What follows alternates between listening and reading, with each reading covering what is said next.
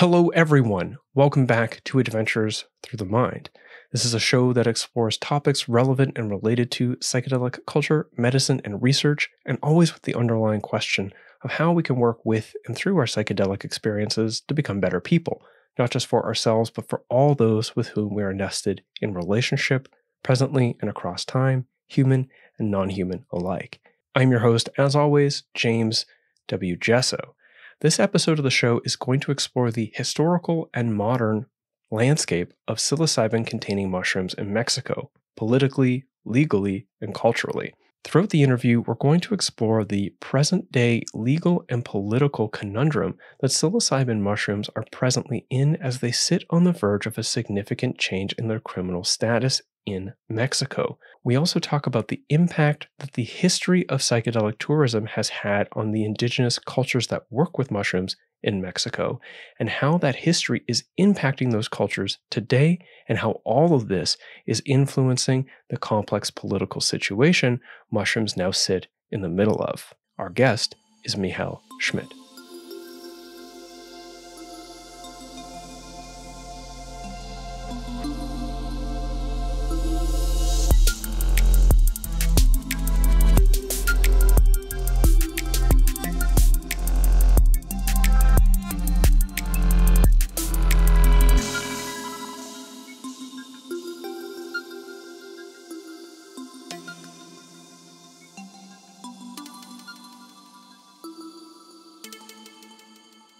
Before we get into the interview, a big thank you to the sponsor of this episode, MagicBag.co. MagicBag offers ready-to-inoculate grow bags for your favorite dung-loving mushrooms, simplifying the mushroom growing process. They are a certified benefit corporation and donate profits to organizations researching and advocating for psychedelic therapy, such as Johns Hopkins and MAPS. Their bags are certified organic by the OMRI in the United States and are guaranteed to work, meaning that if your bag does not grow mushrooms, they'll send you a new one. Plus, they offer expert email support to assist customers throughout the entire growing process. If you are interested in growing your own mushrooms at home, head to magicbag.co and use the promo code JESSO, that is my last name, Gesso, and you'll get 10% off your order. Again, that's magicbag.co, not .com, and use the promo code Gesso for 10% off your order. Thank you, MagicBag, for sponsoring this episode. Now, here on the show, we don't do a lot of sponsored episodes, very occasionally, assuming that I am feeling aligned and supportive of the company that is looking to sponsor the show. Predominantly, the show's existence and the larger body of my work that I put in to create the show, as well as presently writing a book, is supported through my patrons on Patreon. So thank you very much, patrons. I couldn't be doing this without your show of support, care, involvement, and the sense that what I do has value. An extra special thanks goes to those who give significantly, some of which for a long time, through their name in the credits here on YouTube, if that's where you're watching it, or in the description to this episode, wherever you are listening to it. Now, with those aspects of the process level of this podcast spoken to, the sponsorship and the Patreon, let me read you the bio for today's guest, Michal Schmidt. Michal Schmidt is a clinical psychologist with a master's in psychoanalysis and musicology. She has been working in the clinical field for over 15 years as an integration psychotherapist for over 4 years. She collaborates with different international organizations such as ICEERS as an integration psychotherapist and was just appointed the clinical director at Nectera. Now, Michal has been on the show previously for episode 183 titled Integrating Ayahuasca and Psychedelics in General, and I like her a lot. I think she's got some great stuff to offer, and I really like her work, so you can expect that there's a good chance that I'll be wrangling up another opportunity to interview her in the future as well. But let's not put the cart before the horse. Let's get into the episode, actually. So this is episode 187 of Adventures Through the Mind with Michal Schmidt. Enjoy. Okay. Michal Schmidt, welcome back to Adventures Through the Mind. Thank you. It's great being here again. So let's adventure into it. So on our last episode, or last interview, we predominantly looked at ayahuasca and integration. Integration generally, as there's a lot of carryover, but with a specific look at what is particularly relevant in psychedelic integration after an ayahuasca session. And in our preparation conversations around that interview, there was the realization of your sort of like your knowledge around what's happening right now with respect to mushrooms in Mexico, which is your country of origin, I believe, correct? Right. So, excitedly made sense to focus on one and then on the other. So we're here for the mushrooms in Mexico conversation, and I'm very excited to be having it. Yeah, I'm very, very much excited to talk about my country and what's been going on historically with these elements, and that we can see from many different perspectives. It's really it's a very it's a topic that's very close to my heart, and I really appreciate the invitation. Well, let's start with a very broad question, because I don't know enough about the sort of cultural and even present things that are happening in Mexico to sort of formulate very specific questions. So I'm going to give you a big question, and I'm going to let you tease it out, and then I'm going to try to, like ride along with you here, which is, if you could give us a sense of what the present situation is for psilocybin mushrooms and related practices in Mexico, and then contextualize that present situation with as much sort of historical usage as is necessary to help us get a clear sense of where the present things happening, where they fit in the larger historical arc of mushrooms in Mexico. It is a broad question, and it asks. It is a question that goes around many different disciplines. So I'll give you an overview in the understanding that my discipline is the clinical one. Yet I think I understand the broad interest about the region and about the situation, the legal situation also with the mushrooms here in Mexico. So maybe I'll start from there, which is that there is currently a discussion in the Senate working through the law, and how mushrooms are considered here in Mexico. And so, broadly speaking, mushrooms in Mexico are illegal in every single place that you step your foot on. And so every practice that is done is under the light of the illegality. However, historically, there has been a cultural law or acceptance of a cultural usage from indigenous people of these and other psychedelics, well, plants, let's put it this way, although mushrooms are not considered plants, but no botanical products, let's put it okay. Right. So they have been respected throughout history because they are part of the tradition, Mexican tradition, particularly in some regions, right? So La Mazateca, this Oaxacaña, this area in Oaxaca is one of the most important ones, but it's not the only one in which mushrooms are used as part of the tradition. So what this law says, which is translated more or less like the law of usage and customs, what this law says is that although illegal, this mushrooms in this case, or the indigenous will not be persecuted if they use it for themselves within their own rituals. And this is specific to mushrooms or all the sort of ethnobotanicals? It's like law in Mexico.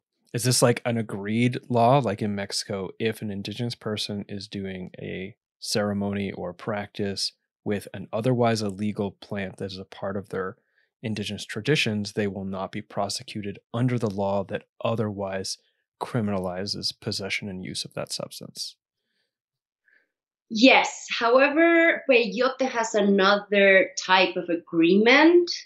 So right now what they're discussing is about mushrooms, but peyote has another status, and peyote is just kept there in its own status, and they are not moving it because these agreements were already discussed some years ago. So since the sacred is intertwined with the law, this is a very important aspect to it. So about it's in general, right? But each ethnobotanical product has its own rules, let's put it this way. But generally, it is considered that the indigenous to Mexico have their own ethnobotanical usages of these and other products, and they can use it. They can, if it's within the ritual of their own culture. What the law says is that they cannot include others. Let's put it this way. They cannot share it. They cannot distribute it. They cannot sell it. This has, I think, turned into like this gray area where tourists come to these areas to get mushrooms because it's said that since they're in the usage of the customs of the indigenous, then they won't be prosecuted, right? But this does not include any other person but themselves in their own rituals. Mm-hmm. So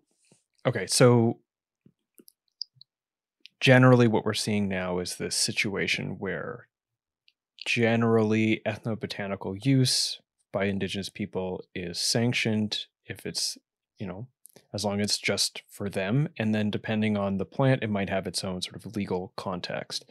Right now, there's a legal context being sort of discussed, a new one specific for psilocybin containing mushrooms.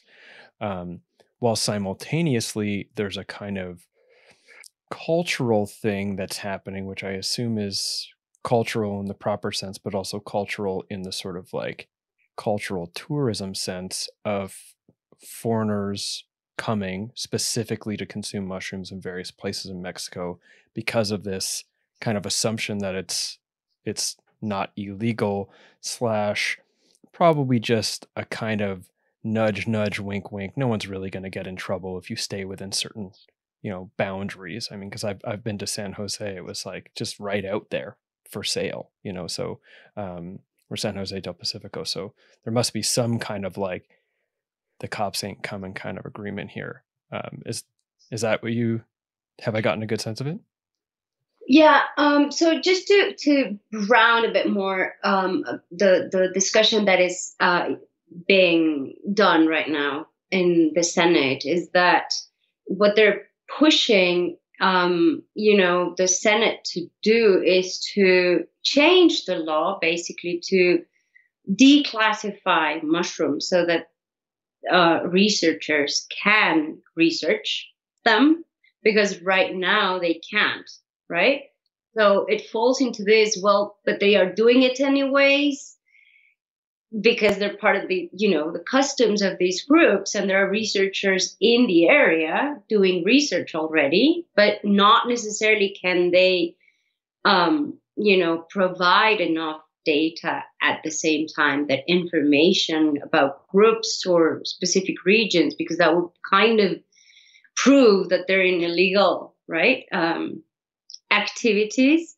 However, so that's one thing, right? To push that it is declassified so it can have its own classification? That's a discussion that they're having here. So should we open another classification, or should we put mushrooms in a classification that already exists? And if we do that, how do we do that? How do we classify this substance, right? So that it can be opened to other groups, not only for research, but also for the medical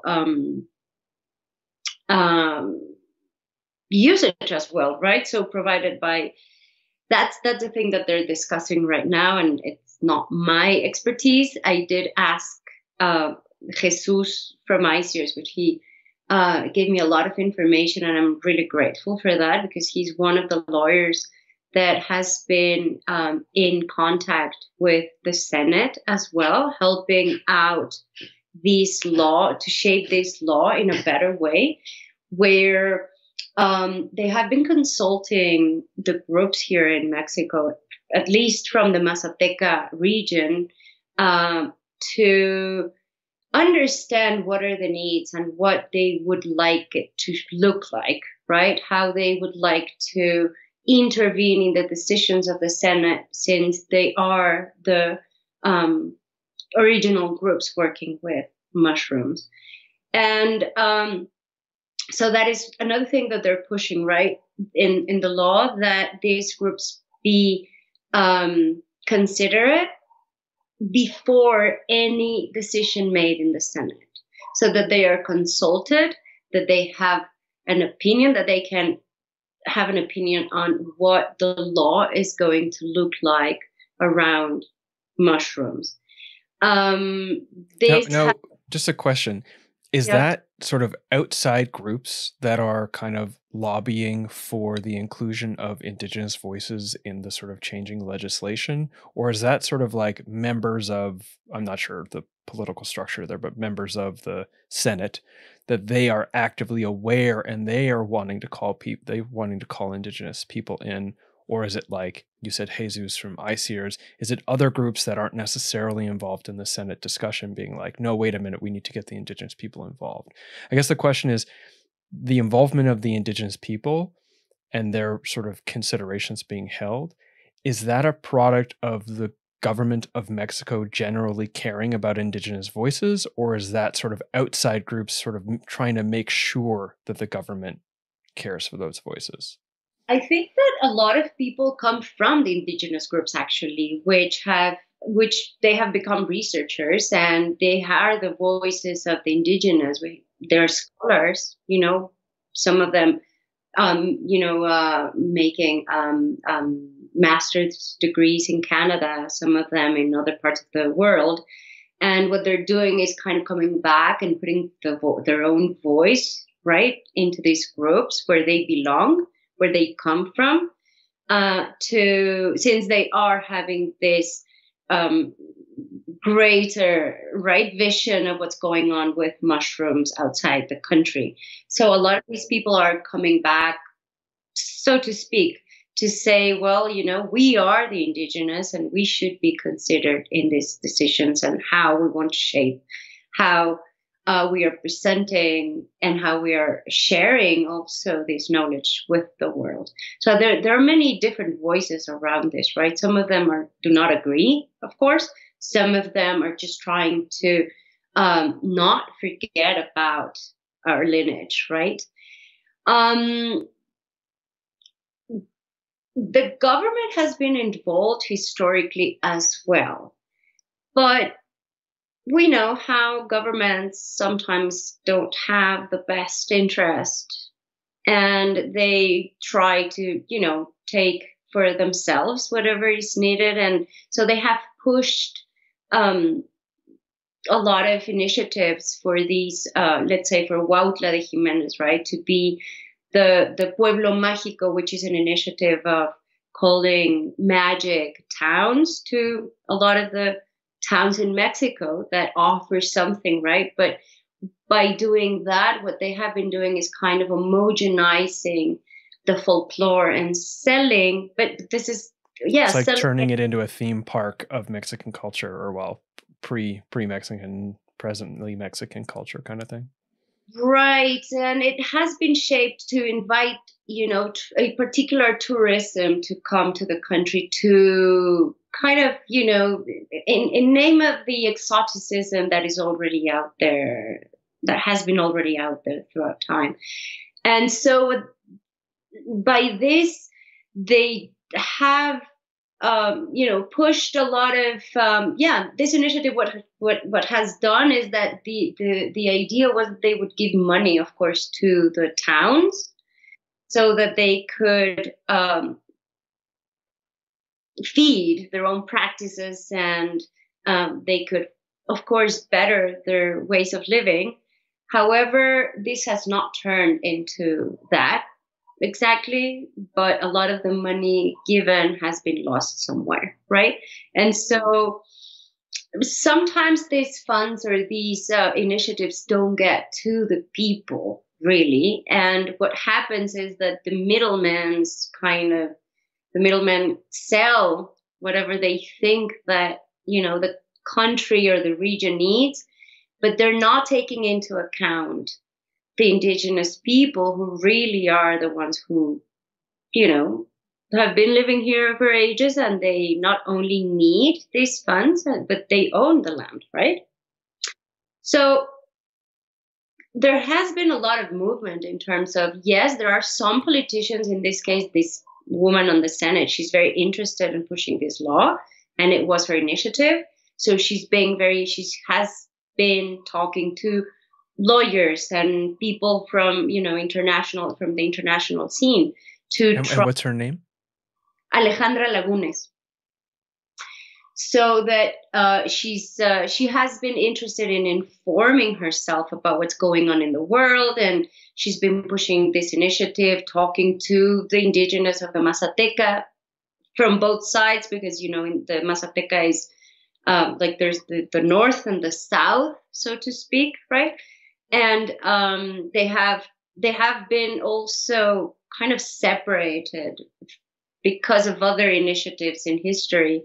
And so some of them recognize the others, but some don't recognize the others. And so there are a lot of internal conflicts that they have already had throughout their history, right? Since 1930s, probably.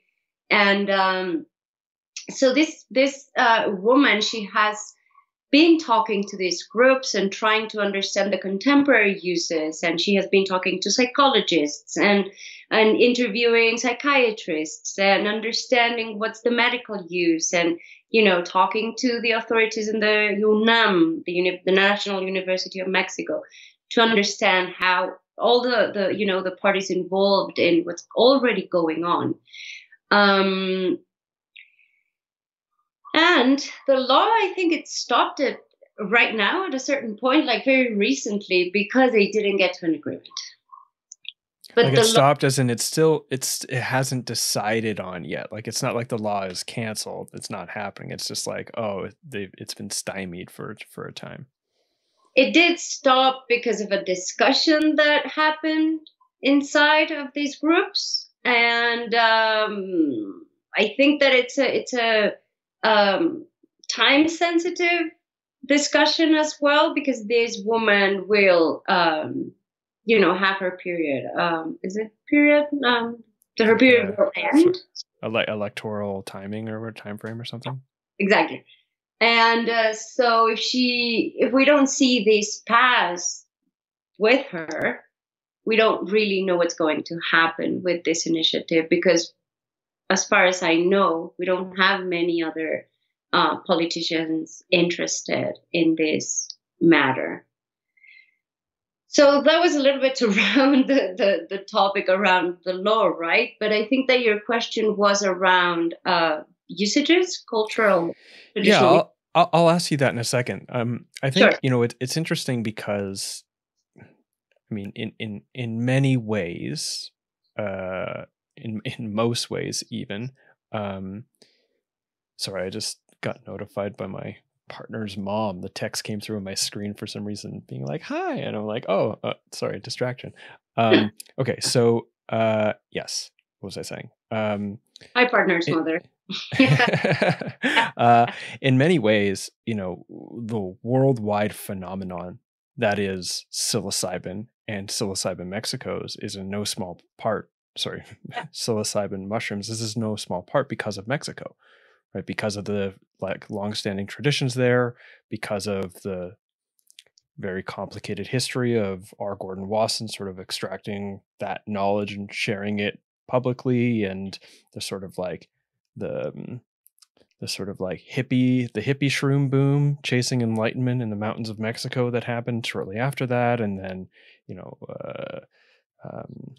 Timothy Leary, he had his first psilocybin experience in Mexico. Like it all sort of like roots back to Mexico. And it's so interesting that in many ways now, if Mexico does not change their law to create a greater sort of openness to the research, to the cultural traditions, to et cetera, it's sort of like choosing to hold yourself back from being a sort of world leader in a phenomenon that you are the reason it exists. So I'm curious, what is the predominant pushback that that this senator is getting that's making it so that this law is not moving forward? Is it just technicalities, or are there sort of explicit sort of like anti-movement that are against the changing of regulation around psilocybin for some reason? That's a very good question. And I think that it touches on many different things at the same time. And one of these aspects is it's a cultural aspect, which, so when the middlemen have been historically have been people who are not looking into indigenous groups, you know, to help them better their lives, right? Sorry, who do you mean by the middleman? So the middleman, I mean governments, actually. Okay, got it. Yeah.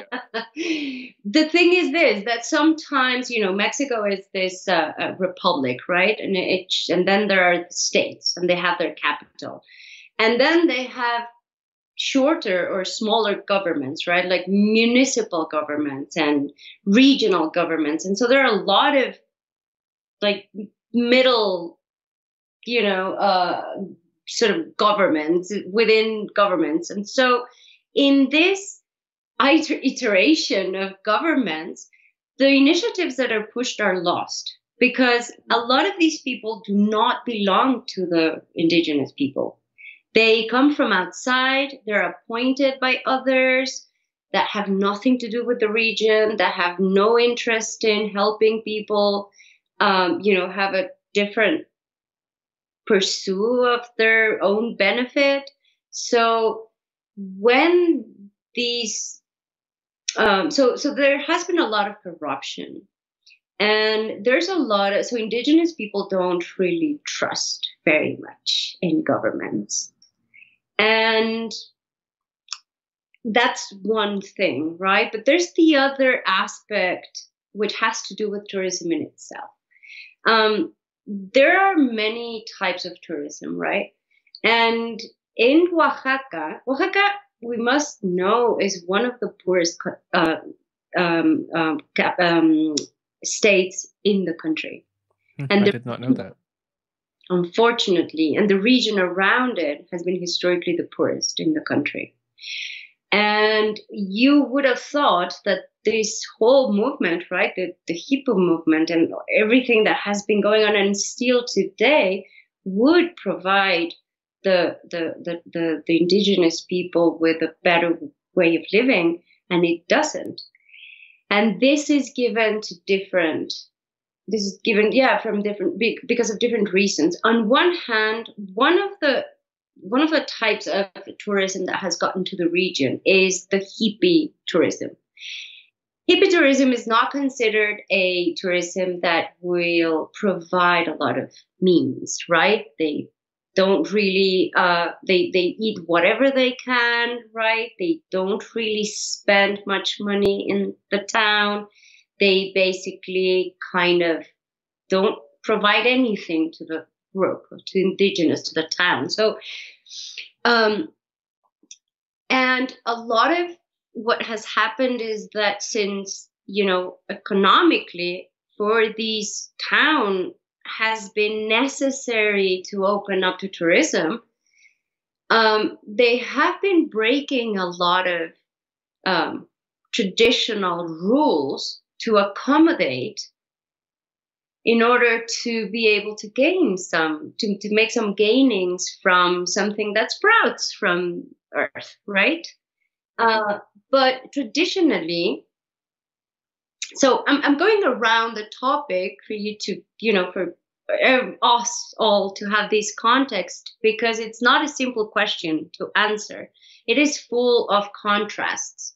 So one of the things that has made the Mazateca separate and divide is precisely the perception or the inclination towards tourism. Because, as you probably know, in Huautla de Jimenez, Maria Sabina started eating mushrooms out of hunger. Wow, I did not know that. Not because she had this knowledge of, right, but because she was hungry, and that was what there was. And so she ended up, having this experience with psilocybin. And of course, she was surrounded by people who knew about the work with mushrooms, right? But the work with mushrooms was considered the last resource to go to. And it was particularly for critical illnesses.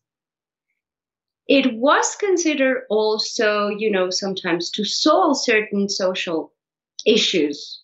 And it was introduced also to kind of find certain things. So it was very much in the social sphere. But it was regarded as something that not only was sacred, but it was something that it was the resource to which people would look to only when they had no other choice. Now, considering the area as one of the poorest, they didn't also have any pharmacies or any other means to treat illnesses. So what they have had historically are plants. And so that's how it began, really, right? So when Maria was sort of forced, right, to open up the velada to Huazón, one part of the community turned against her, very importantly, and she was called a traitor. This element persists. So there are these sort of spheres within Oaxaca where some of the locals consider that, they have to open to the public, they have to open to tourism. They, it's part of, growing and the movement of a country and a region, and also the exposition that they have to tourists and foreigners. And some other spheres in the same region consider that this would be, again, a movement against the nature of the ritual in itself. Because one of the elements that is central to indigenous groups in Mexico is the exchange. And before Mexicas opening up to trade that came with Spaniards, they used cacao, and they used as coin, right? But they also used trading, just trading goods for goods, like bartering, the barter system. Exactly. Yeah. This is something that persists. This is the core of mushroom trade. Let's put it this way. There's no trade, actually, because what philosophically curanderos understood, and medically, is that people would come to them for curing their diseases. So it didn't really matter that they had money to pay. Actually, some of them don't even charge, because what they do is that they leave this open for the person to pay whatever they consider for their own, in exchange of their health. So there's not a price to it. They haven't, although, of course, but part of it has opened up to, the market, which is a problem right now. Traditionally, this didn't go in the market scheme. This was about healing. This was about curing a specific illness or understanding what was going to happen in the future with someone. The rules that they had before were very strict, and they were ingrained in the sacred. So a lot of the rules that they had nothing to do with the market. They had to do with the spiritual aspect, or the sacred, let's put it this way, not the spiritual that came later, but the sacred aspect to the mushrooms.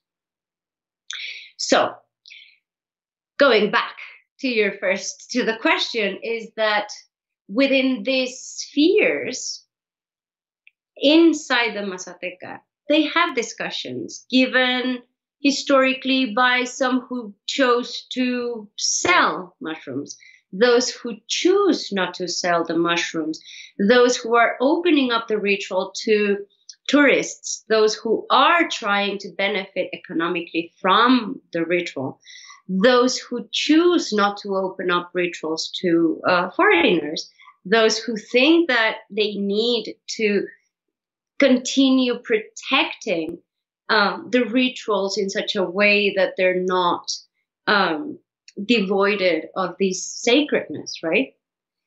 And these discussions and these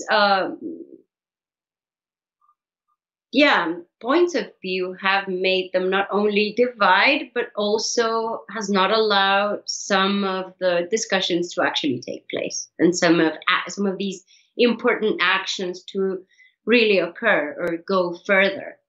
So that's something that happened right now with the discussion about what to do and how to. So the question is how to open up something that is fundamentally sacred, that fundamentally doesn't go into the market logic, yet that is something that's not being able to stop people from getting into a relationship of mercantilism, right? Mercantilism? Yes. I don't know the term. Is that the term in English? As in money trade. Right. Okay. So I can actually appreciate this on some level. Like my inclination, from my perspective, which is driven by the sort of context of my cultural context, what would be referred to as my demographic, is like, oh yeah, like open it up to science, to research, to medicine, to creating a space for indigenous people to craft a sort of livelihood around these things, specifically because now it's not criminalized, so there could be larger investments being made. But then I can also see this other side of it. Okay, so then where's all that extra money coming in to set up the next retreat center? And then who's getting paid for these centers? And all of a sudden there is no sort of like, you're deeply sick, there's no charge, like come and be in the ceremony. My community member to like, oh yeah, all the mushrooms are actually presently reserved to the foreigners who are coming and paying $2,000, $3,000, $4,000 a pop for a weekend, kind of thing. And how, like on some level, I could see that's a risk. How do you regulate so that doesn't happen? But also the other risk of like, if I imagine myself as an indigenous person from the region, and I think, like, wait, so much has already been taken from us.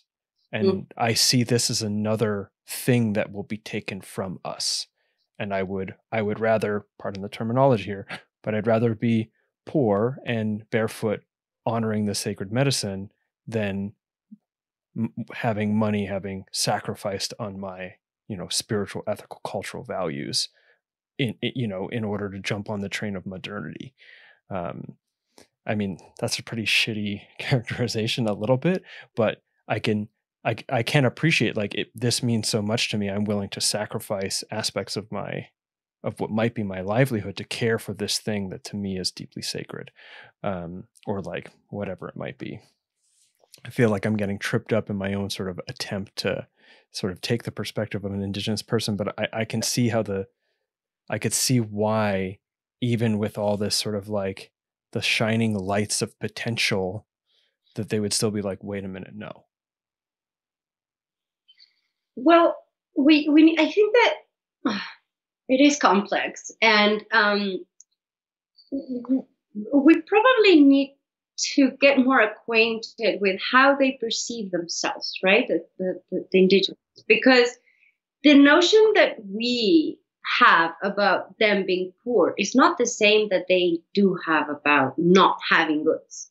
It's entirely different.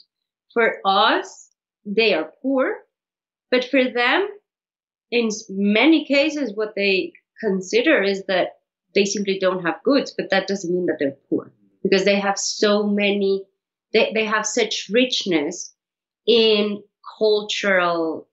in their own culture, and in the way in which they live life, and the relationships, and the connection to nature, and the way they their cosmology, and the way they understand their lives, that for them, not having goods is not being poor.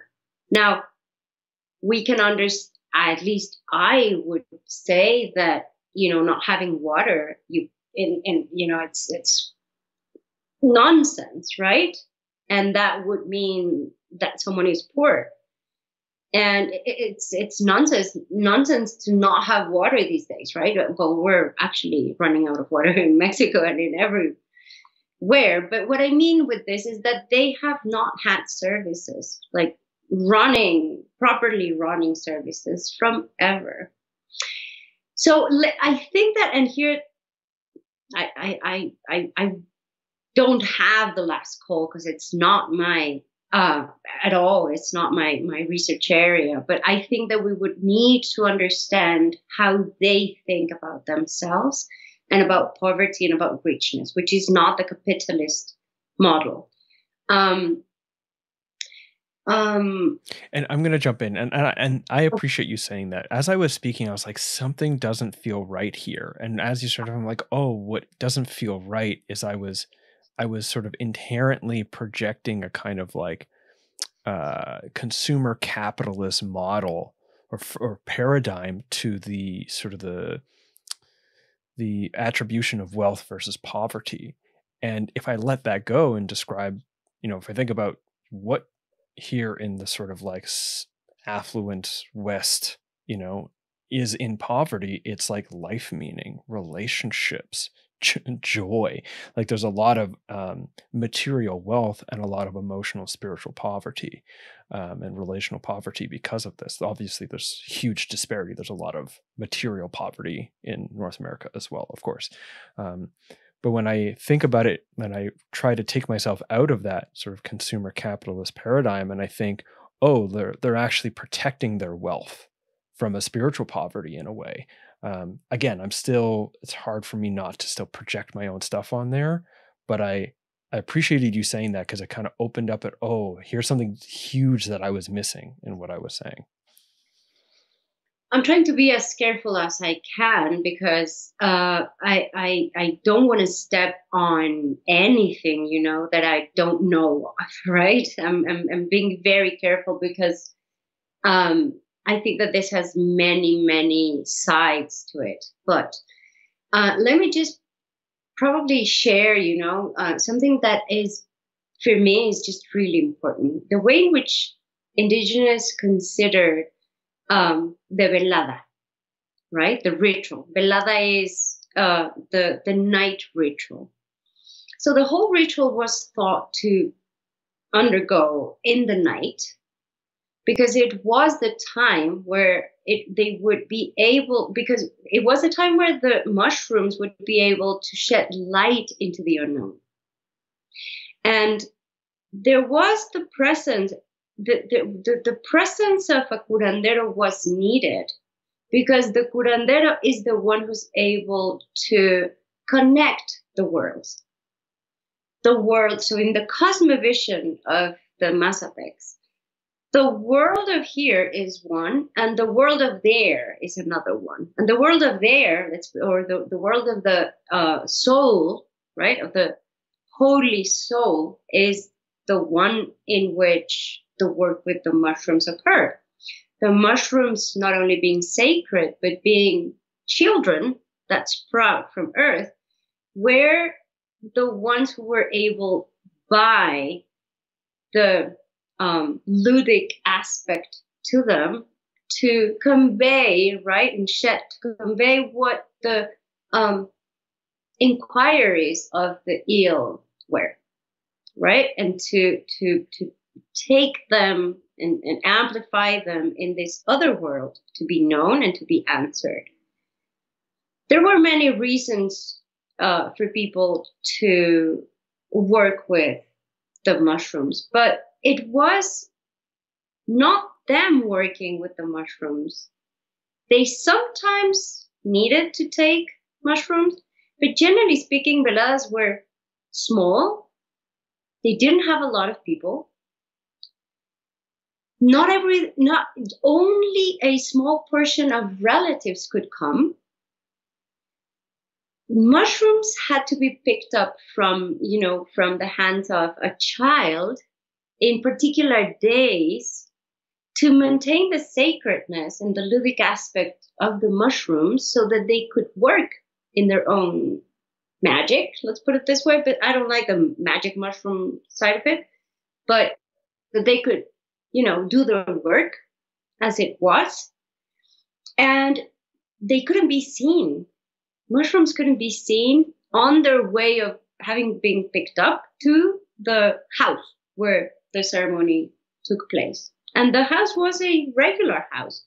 There were no folklore, so to speak. There were no things.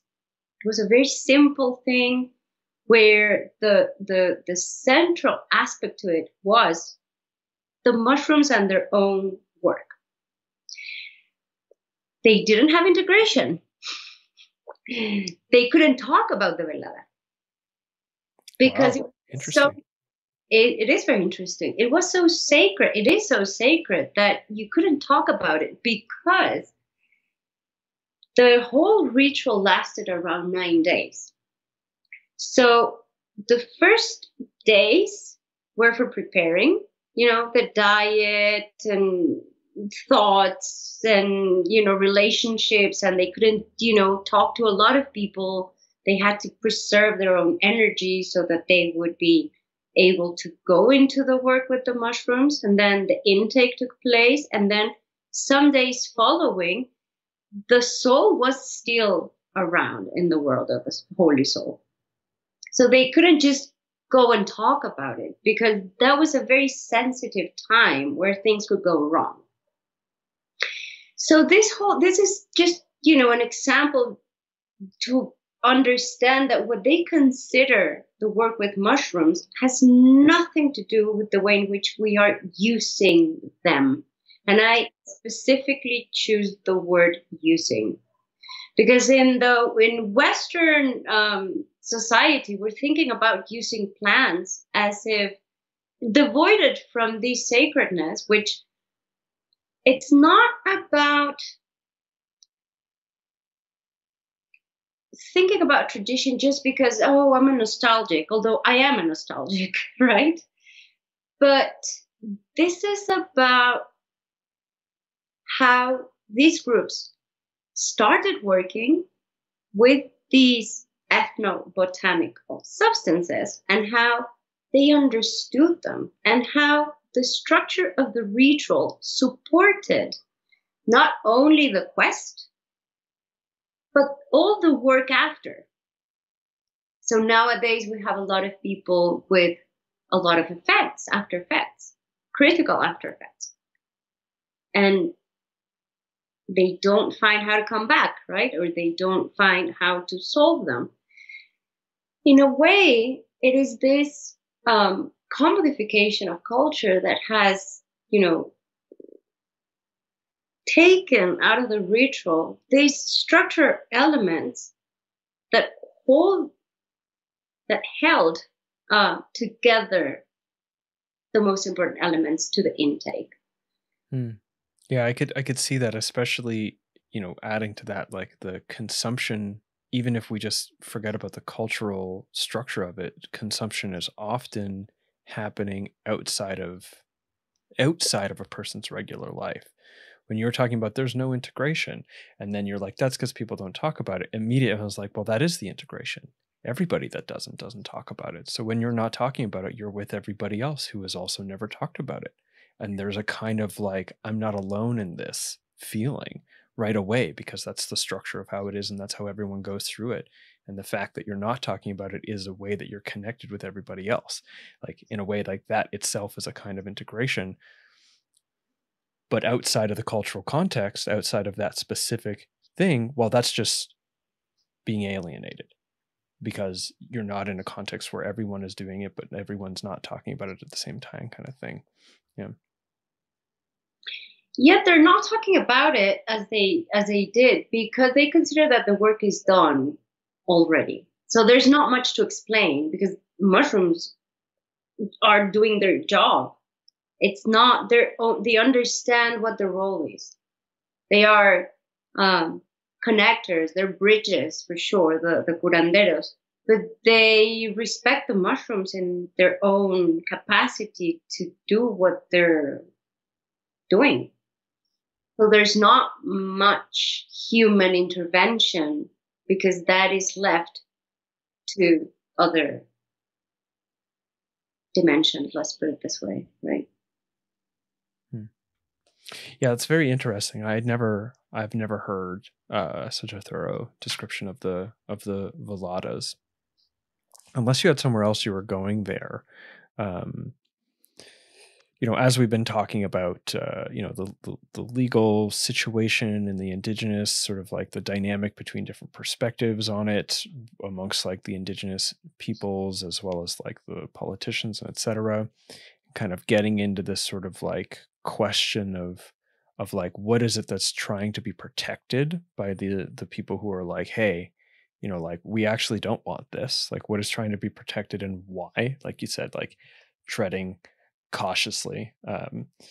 I try to as well. I will forever make missteps, but like, the reality is, like you said, there are already things happening right now that are seemingly in violation to what it used to be, these ceremonial practices, in order to compensate for an influx of people.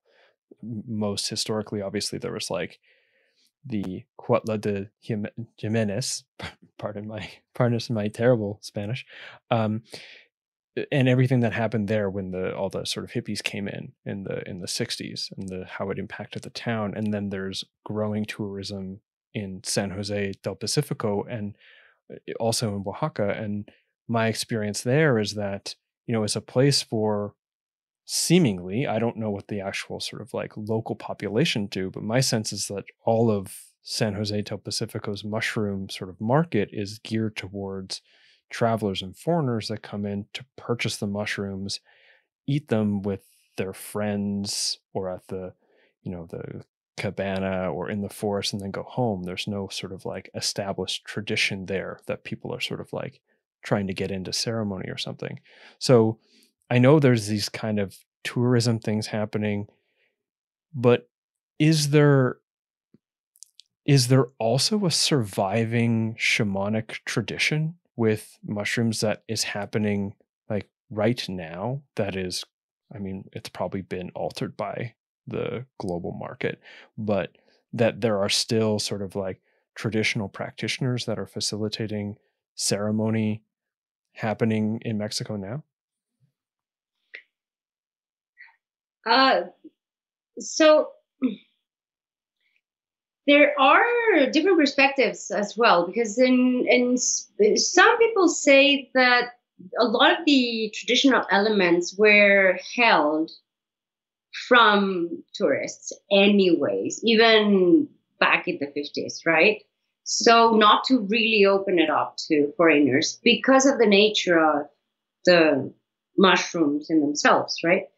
And some say that those kept secrets, as in the structure of the velada and other elements, have not been open really as they were. Some others have kind of twisted the velada notion to accommodate tourism. And so what's happening a lot is that what is being sold is a version of a velada with a lot of changes from its original structure because of the type of tourism. There are still here and there, of course, I wouldn't call it shamanic, although that's a widespread notion, but I think that shamanic comes from somewhere else. But right, shamanism is a term from like Siberia or something, but I meant it in the very loose way, and I actually that was a misstep by being so loose. But yeah, I get it. But I think that it is important because we don't consider them shamans, although it is also widespread how people refer to curanderos. Let's put it this way: they have their own names here in Mexico, and in the Mazatec area, they have the Mazatecs names, right? And in etc. But anyways, there are, to answer your question, yes, there are still traditional practices being done in the traditional way, but what is the pure traditional way? It's very difficult to know. Because this has been this has been opened even before Wasson came, right? Although with him it had this international repercussion, there were already other anthropologists already working before, and in communication with other anthropologists here and there. So San Jose del Pacifico has been a place just as Huautla de Jimenez, but the one that has had the most how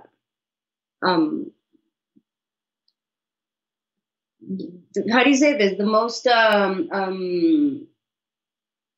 fame to it has been Huautla, but San Jose has been there all this time. So it's been a town that we as Mexicans know it's there and has a long tradition with mushrooms. So it has been open forever. Let's put it this way, right? And I think that it's not only something I think, but the what is said is that these towns shape the ways in which they offer, in this case, the mushrooms, according to the tourism that comes. So there are some specialists, let's put it this way, right? Traditional specialists that have decided not to share anything and only work with Mexicans. There are others who have their own places where they find the mushrooms and they are providing them to tourists in whatever context. There are some people that are offering particularities like the velada and they're selling it as the traditional and original one. But when you go through the practices, you find a lot of differences from one to each other. So there are also different ways of conducting a velada. Did that answer the question? I think so. Yeah, I'm curious what your take is on, like, when I talk with people or people talk about mushrooms in Mexico, like, I'd say the vast majority of people, there's two ways they characterize it. And I was guilty of this characterization now until you sort of educated me on the history of the mushrooms in San Jose. And the characterization is like, yeah, there was Huautla de Jimenez. Oh my God, I'm so bad at that. Huautla de Jimenez. Huautla de Jimenez. And that was where it used to be. That's where people used to go to tourism for it. But now San Jose is where you go now, and that's where people go as people around the world, Westerners, or around the world, it's not just Westerners, go to Mexico, San Jose, specifically for the mushrooms of Mexico. And so, I mean, obviously, I clearly had that misunderstood on a deeper level, but on a surface tourism level, it seems like most of the sort of mushroom tourism for people who are looking to have mushrooms in Mexico are headed to San Jose, from what I know. And I would love for you to correct me on that if that's the case. And so my question sort of is around, do you see any problems with that? Like, what do you have any concerns about a kind of growing recognition that, hey, like if you're traveling, we can go to Oaxaca City, and then from Oaxaca City is a quick little jaunt up to San Jose, and that's where you can get the mushrooms, or people coming specifically to, to purchase and consume the mushrooms that are generally out of ceremonial context. Do you have any concerns around that? Do you see any opportunities there that are positive or just negative, or what? Let me begin by talking about the clinical aspects of it, right? That's my field. Okay. And that is where I do see a lot of consequences, like most directly. Which are that when you remove the ritual aspects in the intakes of these type of substances, or substance is not the best word, but ethnobotanicals. Thank you. Sure. When you remove what's around it that holds the work, what we are seeing, or what I am seeing in my private practice, is that people don't make sense a lot about what they went through. They don't understand a lot of the things that they went through. They don't have a clue what that was. That's in the best case, right? Others just had an awful journey, and they keep on having effects, critical effects around how they feel, around how they see the world, how they perceive themselves, so they have a lot of changes and a lot of shifts in perception that they don't know what to do with.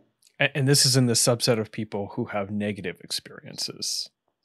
Yes, sure. Because, there's a lot of marketing around the good. I don't think that there are good or bad, but let's put it this way. There are shortcuts right now. We'll get to that in another talk. But people who don't experiment, so the marketing is around the bright experiences. And what I mostly see and work with is people who just had awful journeys, and now they need to integrate. Well, it's not the only thing that I see. I don't want to, scare people, but I do work with that, trying to, conduct people or help people to go back to a certain notion of themselves, which, if you've lived with yourself for 30 years and suddenly you don't recognize yourself, it is tough. And you do need to find the way, not back probably, but some way to kind of reorganize yourself around your own life. That is pretty hard. And people can spend years doing that after a journey where they weren't taken care of, where, the substance was a lot, or the ethnobotanical was just too much, or they didn't prepare enough, or they didn't integrate. So there are a lot of, clinical events around the way in which plants are being consumed currently. That's including mushrooms and also animals with psychoactive properties. And by that, you particularly mean bufo, animals with psychoactive properties. Yeah. Exactly. Right. And so that's on one hand, but I also consider that, the social structure has been affected ever since tourism has gotten into these towns, and the way in which they understand exchange, and the way in which they give back to the community. The thing about tourism is a particular type of tourism is that they don't understand the exchange, and they don't understand the communication and the giving back. And I don't want to say reciprocity because I have my take on that word, that how it's used contemporarily. But I'll go back to that if anything. But they don't consider the other as someone to interact with. They are considering the indigenous to extract the ethnobotanic from them. So the perception is wrong from there, in my opinion, right? Wrong in terms of the other is not a product, and the other is not seen as another. The other is seen only as a provider of a substance to get myself high with. I guess coming from a world where outside of people who are already your friends and family, offering you gifts or making exchange in the sort of, the economics of lived personal relationships, the only way we get things is by going to a venue that has goods, and we go in there with our money, and there is a person who is there, maybe, and they are the facilitator of our acquisition of goods from this venue. And they are a cog in a wheel, and some of us are more or less likely to see them as whole people, but for the most part, everyone is playing a function. So I could see how difficult it would be to sort of go and not, and how difficult it would be to go and not sort of subconsciously see the cultural space as the venue and the indigenous person as the cog in the wheel, like the cog of the venue that, facilitates my acquisition of their goods, even if I may or may not have some sort of like garb. And I think the term is like, the term is something like, it's a terrible term. It's some term that includes the word savage in it, where I like just project the most incredible thing, like almost like a reverse projection. Instead of seeing them as less, I see them as great and grand or whatever. Even with that, there's still this thing that we've been taught. This is how we do things. And it'd be hard to not just do that when we interact with a culture or a place that's about stewardship and the etiquette of meeting each other as an other. Yeah, I think I kind of went off on a little track there, but I can see how muddy it would get for people who grew up in a consumer capitalist reality exclusively. But let me ask you if you see something that I'd like to share with you, which is that it's exactly, I would say it's almost the same way in which people approach plants. People approach plants wanting plants to serve them in particular ways. So a lot of the expectations have to do with, I want to be cured from, I want to get this from, so sometimes the purpose is understood as, I want to get these from. And when they don't get it, they come out of it very unsatisfied, thinking that what they paid for did not go the way in which they were told it should be. So they consider that there would be some instance where they can claim what they paid for because they already paid for it.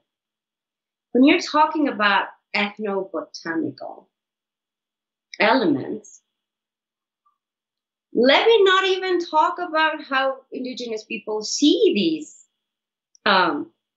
elements, right? Because they see them with soul and with, etc. The cosmovision is very rich. Living people. But, right. Living persons, yeah.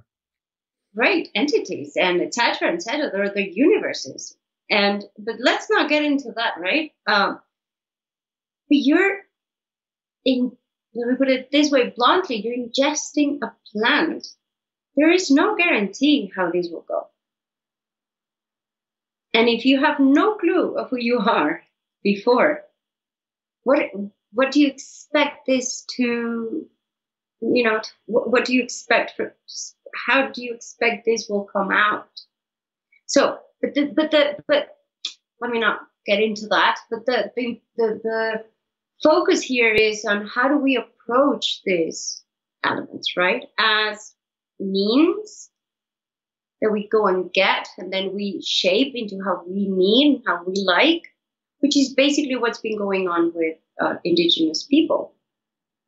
They're seen for what they can provide, not as the holders of the culture, not as the keepers of the culture, but they have a call on how to do this. That's why I don't like the word reciprocity, actually. So I don't think there is any reciprocity to them. If anything, it should be just a recognition of that they were first. There's no reciprocity, right? Reciprocity means that, oh, you gave me this, now I have to give you this. No, this was there. And they worked with this before us, right? And in many ways, we took it. It wasn't given to us. Exactly. Yeah. It's interesting. Yeah. You know, I see, what was the term you used? Of what they can do for you. Like you've seen in terms of what they can do for you. Again, coming back, like for myself, I was raised, I mean, not necessarily by my family, but by my culture or unculture, if you want to call it that. I was raised to attribute my worth to my productivity, which is intrinsically involved in my acquisition of goods or status or both. And so again, it'd be very hard not to project that onto others if one's sense of self is designed that way, you know, and I feel like that is in a lot of ways how, I mean, I still struggle with in my day to day. My sense of self-worth is defined by my productivity, because that is very much how it's like in North America. That's how many of us are brought up to see ourselves. I want to tie back. Oh, and we see plants like that. We see people like that. We see stores like that. We see cultures like that. We see even like a vacation spot. You know, I don't see this as a land that I'm like blessed to be in the beauty of. I see this as a place that I paid to go to, and I'm there to get some beauty, and I'm there to get some relaxation. I'm there to get some fucking Mai Tais and have a good time, right? Pardon me. But let's go back to, you know, I asked you a question of like, do you see problems and or opportunities with the sort of the mushroom tourism that's happening with respect to San Jose? You said I can't remember if you said two minds or it's complex. You started with your clinical concerns, then you're moving into the sort of cultural concerns. Right. Thank you for driving me back.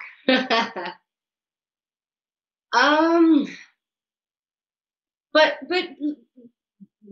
would you be more specific in terms of what do you think there would be opportunities in?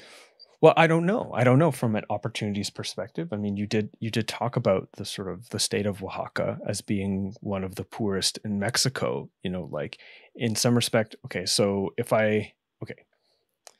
gonna have to pardon, you know, my Western paradigm here, the sort of North American paradigm I have, is like, if I think about like, okay, if, you know, what sort of brings money in, there's a lot of things that increase a sort of region's, you know, capital or its sort of wealth.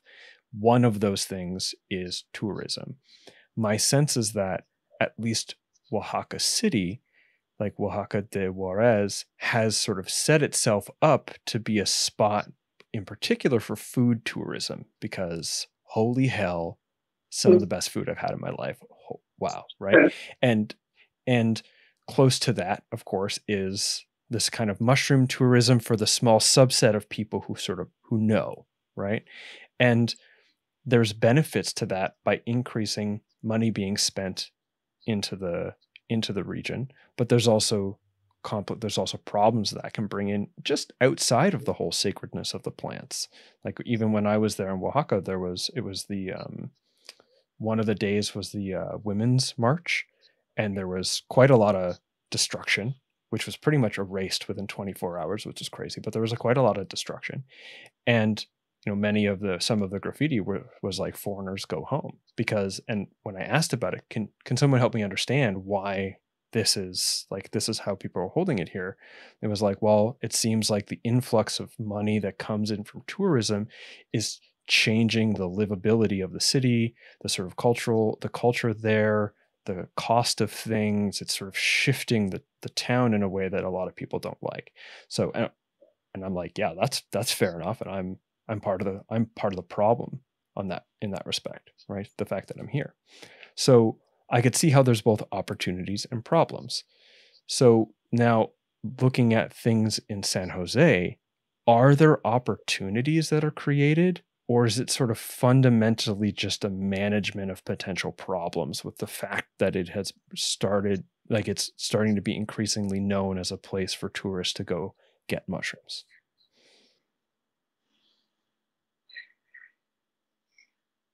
On one hand, I think that the perception of a lawless country is detrimental to the country in itself, the culture, the mushrooms, the journeys, the healing aspect to it.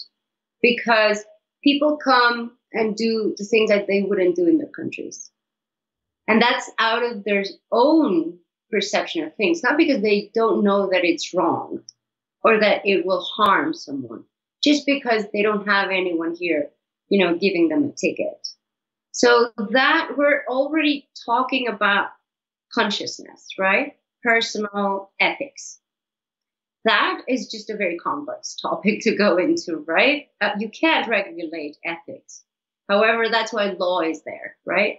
So this perception is sad on one hand, because it doesn't help people regulate themselves.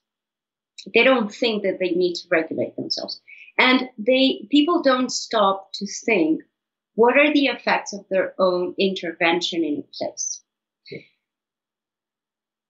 They don't know, and probably that's why I've tried today to give as much context as I can and as I know, so that people are aware of what happens after they are somewhere, or even before, because some tourists just come, do their thing and leave, right? But they leave a bunch of other aspects to their presence. So one of the elements that has been played along, many stages in the Mazateca and other parts of the country where there are substances, in this case ethnobotanicals, is that it has introduced a struggle between, and a war between people, between groups. It has divided them because some people consider that they should open, the boundaries of their own practices. Some people consider that they shouldn't, and they don't get in agreements into this.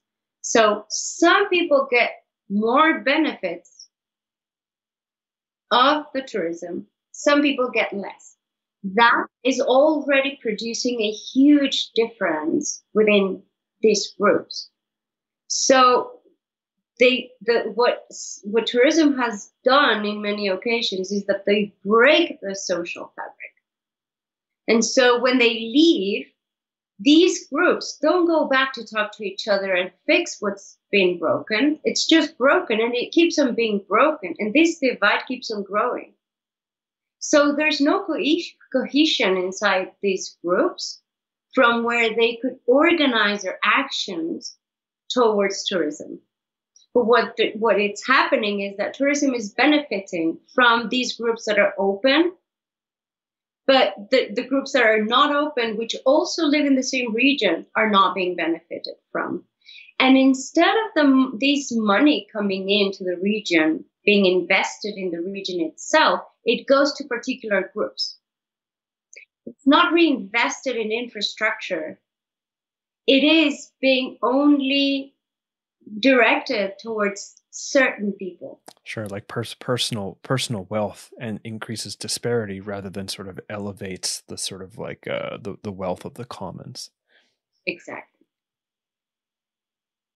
So instead of this money being used for, having better, that's on one hand, the infrastructure that I just talked about. But on the other hand, and this is where I'm torn, is that let's see what globalization has done to the world, right? Wherever you go, you pretty much see the same shops, same structure of the streets and else. Does the opportunities that you're talking about, do you think that they would have to do with globalizing cultural practices?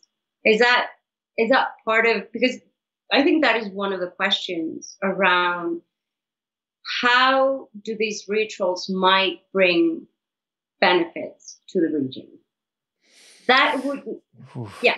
that is a big question. I mean, the other thing too is if I just like more deeply inquire to myself, it's like, are the opportunities that are present more like they're also sort of problem management, right? The problem management is like, well, here's what's happened with globalization and the sort of like the intentional and sort of incidental colonizing of cultures around the world to sort of like accord to the global market and the sort of interests of the global market. Uh, and in that sense, like, are they only opportunities because they're opportunities to succeed in an otherwise seemingly glaringly damaging sort of at least culturally damaging sort of force that has moved through the world, and then the pessimism just creeps on in. But yeah, I see.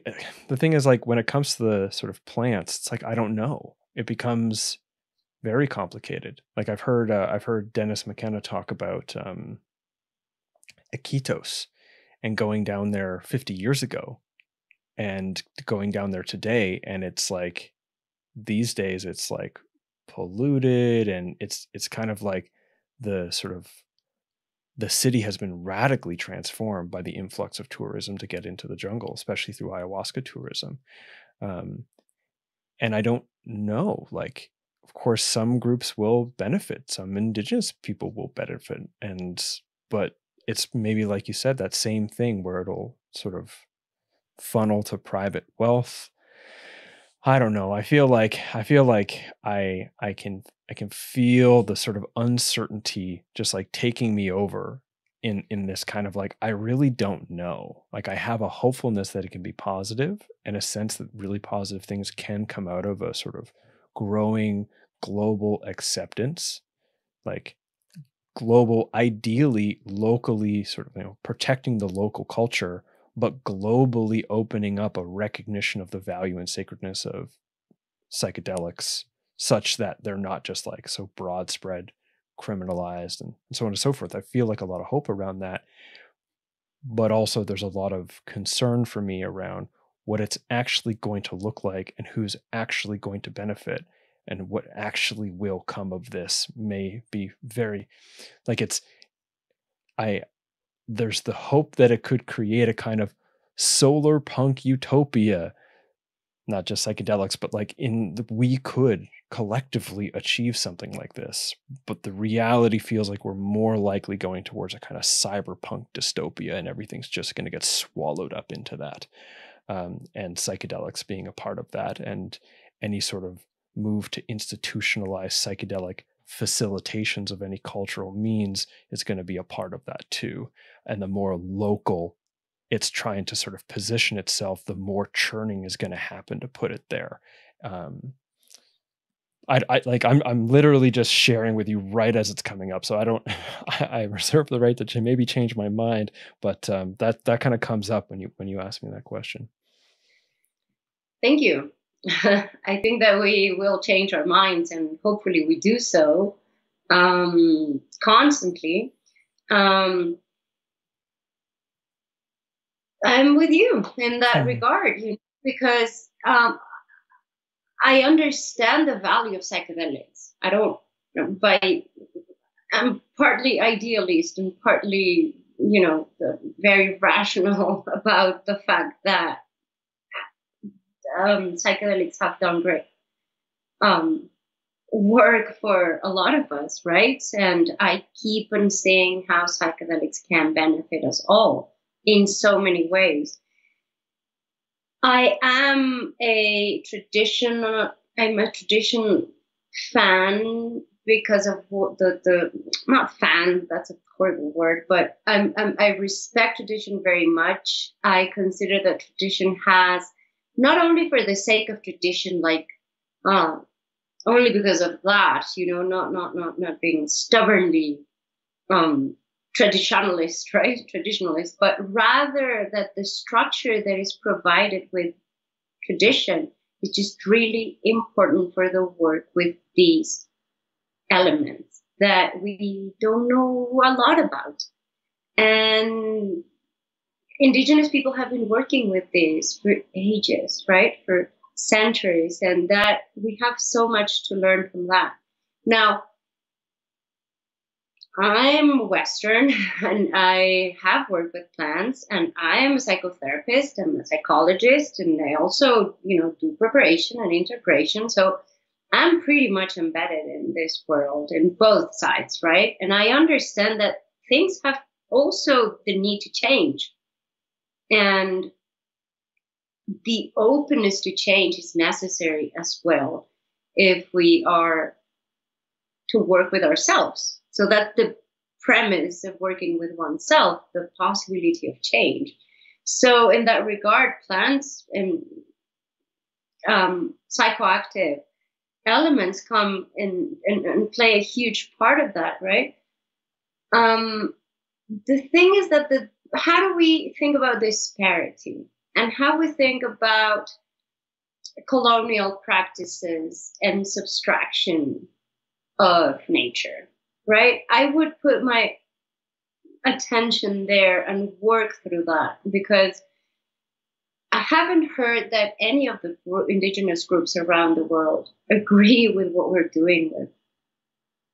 And I would love to be part of, those discussions in terms of I do want to hear what they have to say. I do want to give a lot of room for that because the way in which we are owning our capacity to pay for services is just not only fair, but it reduces the meaning that we ascribe to things, that we ascribe to what we do with ourselves. So let me put an example. So when I work with myself and I had to go through different stages of working with myself, and I eventually get to this part where I say, oh, okay, now I got this, right? This piece of myself. Well, you had to go through a lot of things. It's not something that you just gain because you paid for it, right? It's something that you worked on. And it's not the same thing that just having a sip of something and then your life changes from one day to the other, because it doesn't happen that way. So maybe this,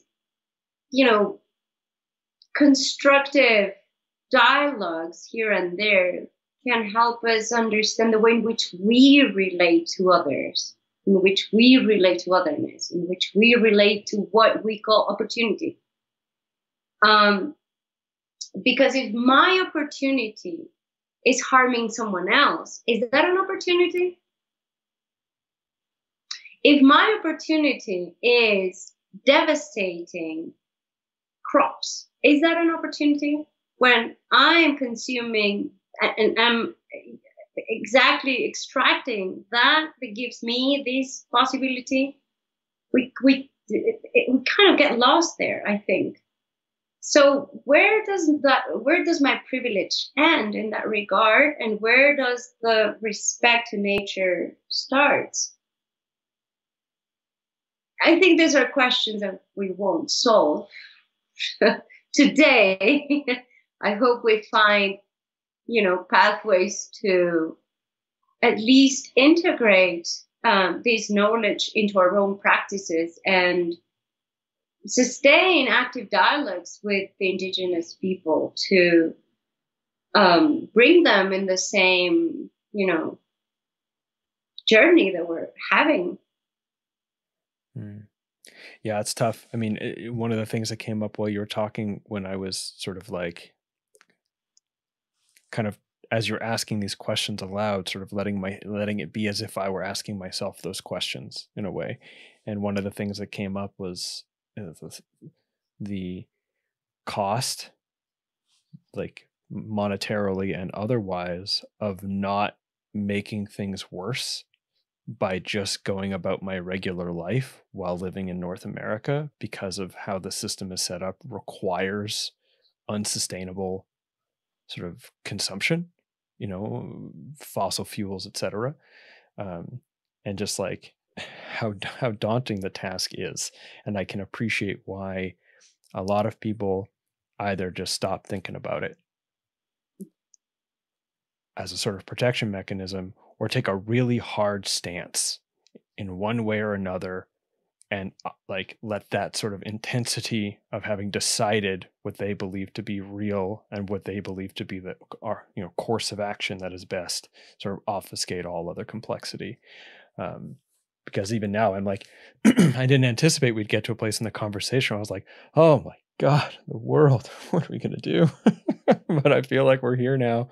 And that's, that's not a bad thing. It's almost like honoring the intelligence of the mushroom, so let the complexity come in so much that we can only sit back and be like, I don't know. Yeah. I would say that one thing that I get acquainted with constantly, and I hope I will do so over and over again, is the possibility of not knowing. That allows me to, be with others and ask these questions with others and towards somewhere that we can, construct together.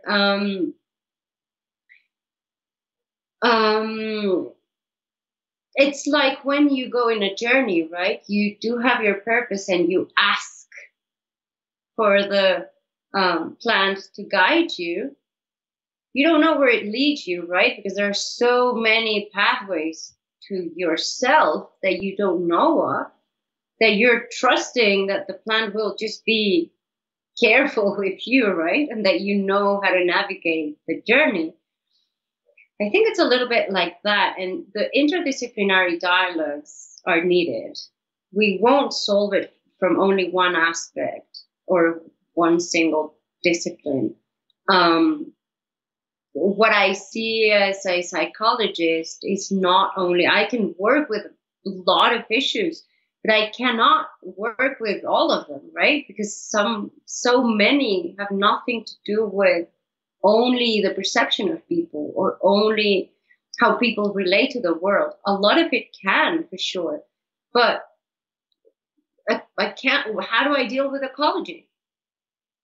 And in the grand scheme of things, it's so how do we do this in a way that our actions do impact what we're doing?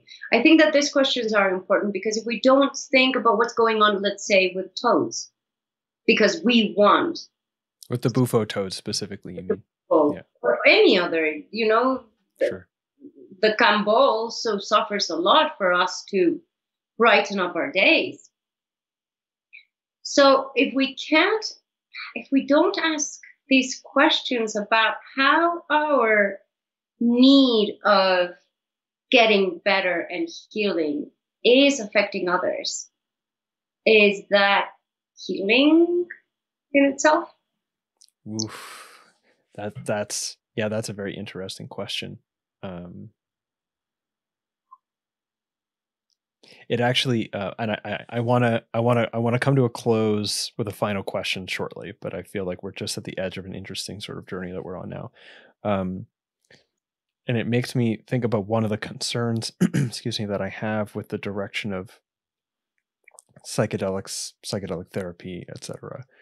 And I have this characterization of, a significant part of the historical practices, that there was like intact traditions with entheogenic plants or psychedelic plants, ethnobotanicals, is that a lot of that was, like you said, sort of rooted in this paradigm that saw these plants, these various elements of nature, not as commodities, but as persons, what's often called animism, that these are living entities in a living world that we actively are choosing to be in relationship with.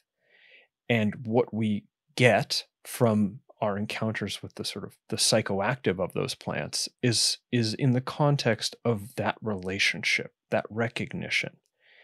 And there's I part of what I got out of working with mushrooms in particular, but like with other psychedelics, is a sort of reconnection to that recognition of the living world and the value of building relationships with the living entities that are plants and etc. And I am challenged by maintaining that. I live in an urban environment in southwestern Ontario, and that, the socio-cultural context of that is almost entirely contrary to what I just spoke to.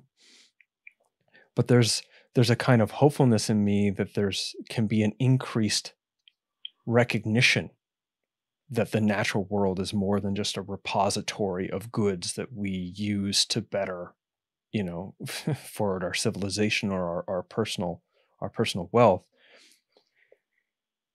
Yet the sort of direction that psychedelic therapy and that whole thing is going seems to be very geared towards you come in and you pay the therapist to have the mushrooms help you solve your issues.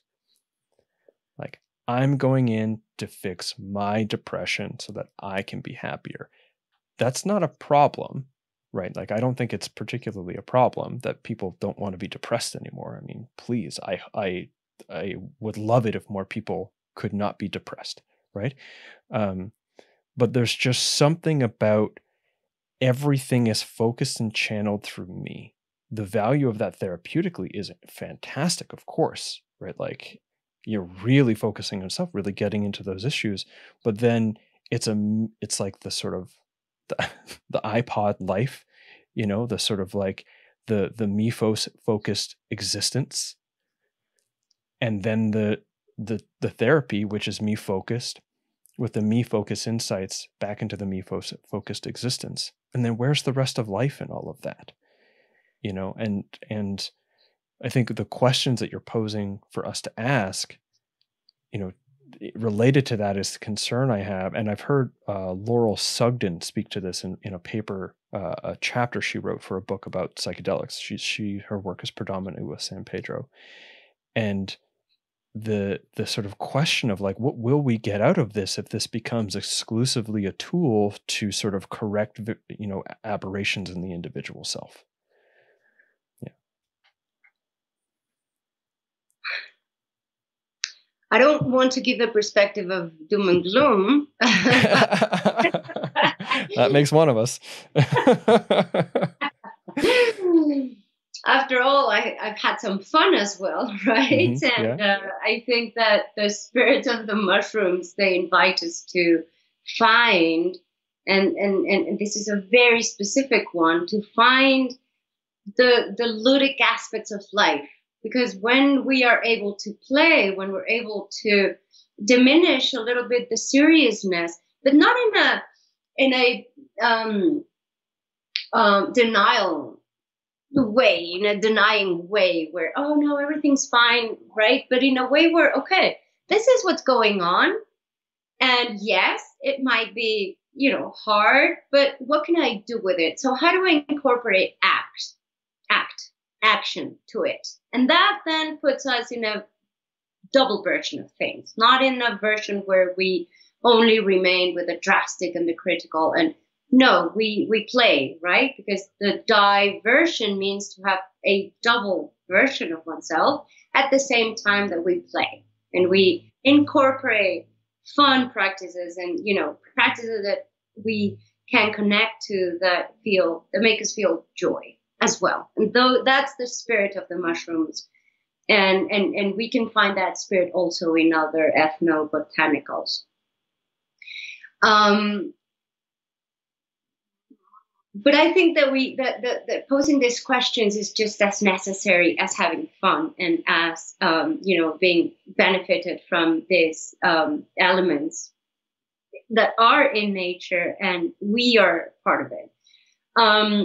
I do think that the how do we work with communities if we don't work with ourselves? So that's a tricky question, the one you're asking, because how do we then impact, big crowds or huge communities, countries, the world in itself, if we don't begin with ourselves? The bypassing, though, is something that we need, I think, to consider and be aware of, right? Because if we are trying to fix ourselves constantly, it's as if we are in this race of bettering me because I'm flawed. And if anything, I think that we have the capacity to know ourselves from a different way, but it's not a race to just continuously be better. And this thing that I really dislike, like, I want to be the best version of myself. You are already one version. There's no better version. It's, if anything, you can pay attention to what's going on with you, right? So that it makes you suffer less. You can work on it. And by you suffering less about your own self, you are giving less suffering to others. So it's not that we can't divide. That's the thing. We can't divide aspects of life and say, okay, I'm only going to work on this. But rather, if we can learn something from ethnobotanics and ethnobotanical, is that relationally is the way in which they work. So how do we think relationally? How does what I do affect others? How would I think affect others as well? What my action? What is the extent of my actions? Where does it get what I do? It doesn't stop there. It has this echo, not only throughout regions but throughout time. So yes, we can get very philosophical about that, and that's not the scope of this, but there are many initiatives, I think, working with communities, which is important. But we can't work in the community without working with ourselves. And we can't work with ourselves if we're not working with the community. So this is relational. Plants work relationally. So, yeah, I would say that it's not an answer. It's just posing more questions. Mm-hmm. And it's a good question. Of course, like I said what I said, it was more a concern of how the sort of like hyper individuality of North American culture is, in the, I've heard the term traumadelic, sort of like moves, is just going to funnel so deeply into the self. Like, it's obvious that psychedelics don't by default make you a more open, more caring, more relational, more whatever person. The framing of what we go in with and the things that arise as a consequence of the context of use and the way that we reframe everything on the way back plays a significant role. And it's really the concern around the hyper individuality of the modern world, kind of like usurping the possible relational thinking that psilocybin can offer us or other ethnobotanicals. And simultaneously, like, what good am I if I'm actually using you in your community to feel better about myself, but I can't look at myself, so I'm going to instead try to fix you? Like, that's not helping either. So, I mean, that's just one example of the sort of like self-obsessed, but the selflessness that's actually a kind of covert self-obsession. But I have to, like, it's like trying to push against, the flow of a river, or maybe like shut the door on a windy day right now, because like we have to end this direction of the conversation to close.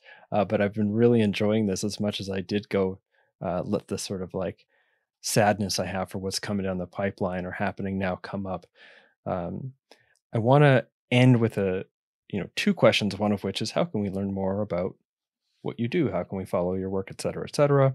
That'll be the end. But the last one is, do you have, coming back to the question specifically of psilocybin containing mushrooms in Mexico, based on what you're seeing now, do you have any sort of forecast for what might be coming down the pipeline, good or bad?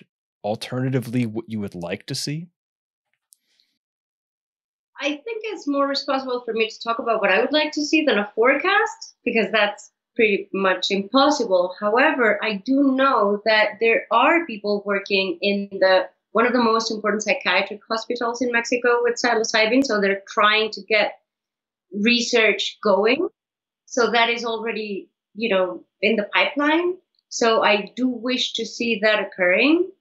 In Mexico, we still have, although psychiatric hospitals are not currently as they were in use. We have a huge population that just remain there, because either in other times they were in put there inside. How do you say that? Inpatient, admitted, institutionalized, yeah.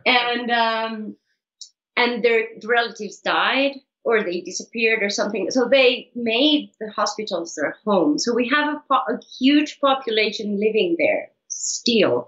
So it might be the case that, having the opportunity to work with psilocybin, they are able to have another perspective. For sure, I think that if research grows here in Mexico, we would be able to provide a lot of information to, widen the research into anxiety and depression and addictions. And, even there are papers around personality disorders with psilocybin. So I do hope that research is soon open in Mexico, because we have so many species of mushrooms with psilocybin, and we have so much potential to work with them. So I do wish that would, just grow and open up without the prosecution of illegal aspects to it, because, it's nature. I think that if we open this also and we work on the, providing more consciousness to people, then people can relate differently to nature, in this case, to mushrooms. And so that might bring us more respect to nature and probably more care, so that we would put a lot of attention. Maybe organizations and institutions would be created in order to protect ethnobotanicals. Nowadays, there are already there are already, people doing this job, but they don't have the support of the government. They don't have the funds. There are people around there already doing this, protecting nature in their houses. And this is amazing. The University of UNAM has one of these initiatives also, where they're protecting ajolote and they're protecting other species. That's an animal, but they're also protecting through the society. So they give plants to society that are in risk of extinction, so that they can propagate them. So I wish that we would see this much more with ethnobotanicals in this case, right? Not only mushrooms. I think that I wish that the law does occur, right? That it does change something, because it would change our perception towards psychoactive components. It would help out with ethical practices. It would reduce the risk in which a lot of people is getting, because they don't have enough information, because it's illegal, because they don't have access, right, to services. And that is something that I'm working on myself, and trying, by having also these opportunities with you and others to collaborate, I'm trying to just get the word out there and professionalize as much as possible with it, but by the hand of tradition, the work with ethnobotanicals. I do know that there are a couple of institutions that are already providing some courses, and I do provide courses in this topic, and I work with people who want to prepare either to be a facilitator or to integrate their own experiences. I take into account tradition and I work clinically because that's the way in which it's possible also to get back to certain structure when you lost it, right? I try to keep this sort of vertical in terms of not being too, fan of either or, but trying to keep the center so that we can work with both sides of things in terms of, the clinical aspect and the traditional aspect, because I think we need them both. And so, yeah, that's what I think. And hopefully, these indigenous groups can get entangled in the work, in the professional work. On that, thank you. You did mention at the end there you're facilitating courses, helping people learn. You provide professional training and also professional clinical services for integration and or preparation.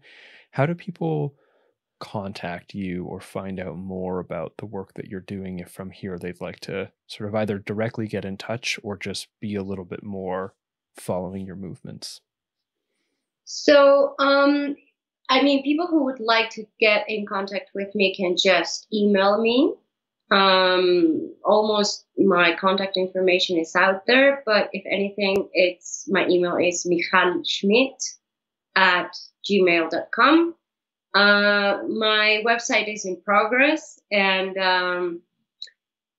so for inquiries about my work and different ways of working with me, either clinically or consulting, because I do a lot of consulting to organizations and groups as well in terms of ethics, in terms of facilitation, in terms of integration, preparation, but also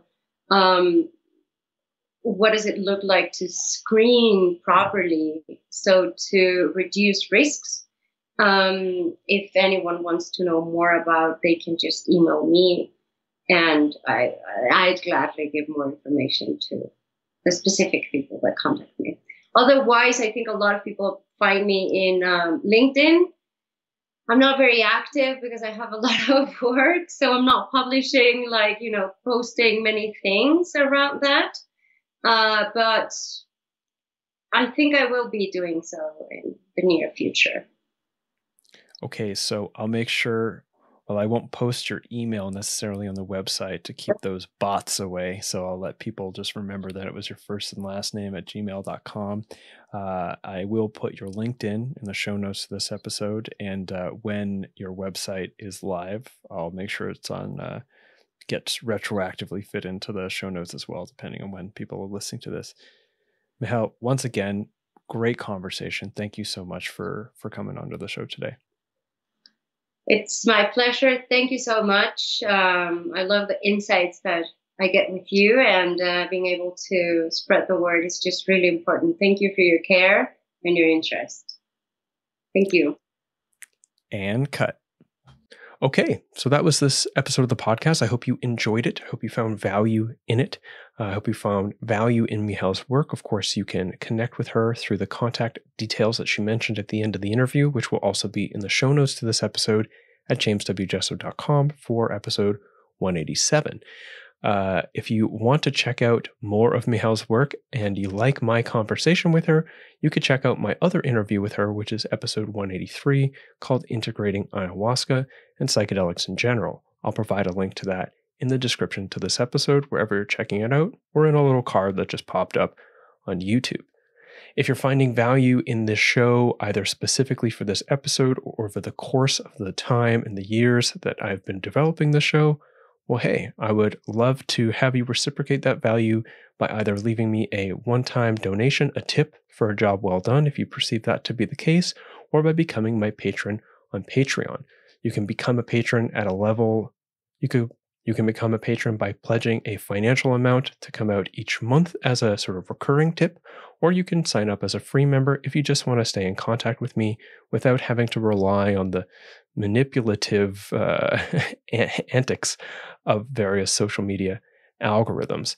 Other ways to stay in contact with me include my Telegram group, my email newsletter, or by following me on social media. But again, social media is less than reliable. So I'd nudge you towards the Telegram group or the newsletter, both of which are linked in the description to this episode.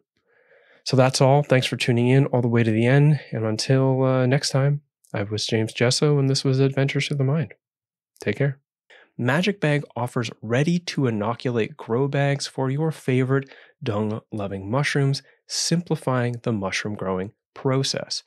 They are a certified benefit corporation and donate profits to organizations researching and advocating for psychedelic therapy, such as Johns Hopkins and MAPS.